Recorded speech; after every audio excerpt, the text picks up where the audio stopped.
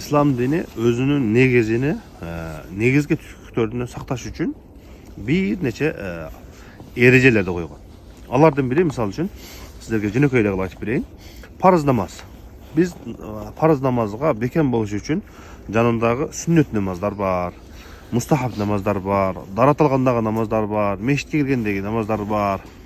Ушинтип жанагы парызга бекен болуш үчүн алдын ала башка сүннөттөр дагы бар да. Кимде ким бамдат намазына келген болсо, эте менен ал келип эки сүннөттү окуп, өзүн даярдап, парызга даярданат. Ошондой эле пешин намазда, башка намаздарда дагы ушундай.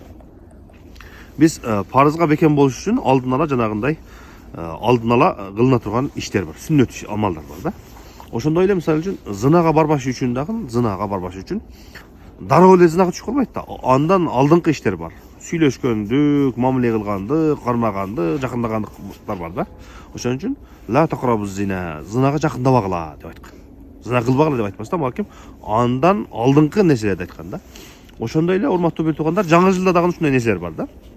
Жаңы жыл ошого жанагы мындан башка майрамдарда деле ушундай эреже колдонулат да. Шариаттын негизги болгон эрежелеринен бири бул жаман иштерге алып бара турган нерселерден алдын ала сактануу. Эгерде биз жаңы жылды майрам десек, жанагы Валентин күнүн майрам десек, 8-мартты майрам десек, ошого майрамда толтура. Эртеге жанагы ала-була кийингендердин майрамы ошого окшоп кете берет.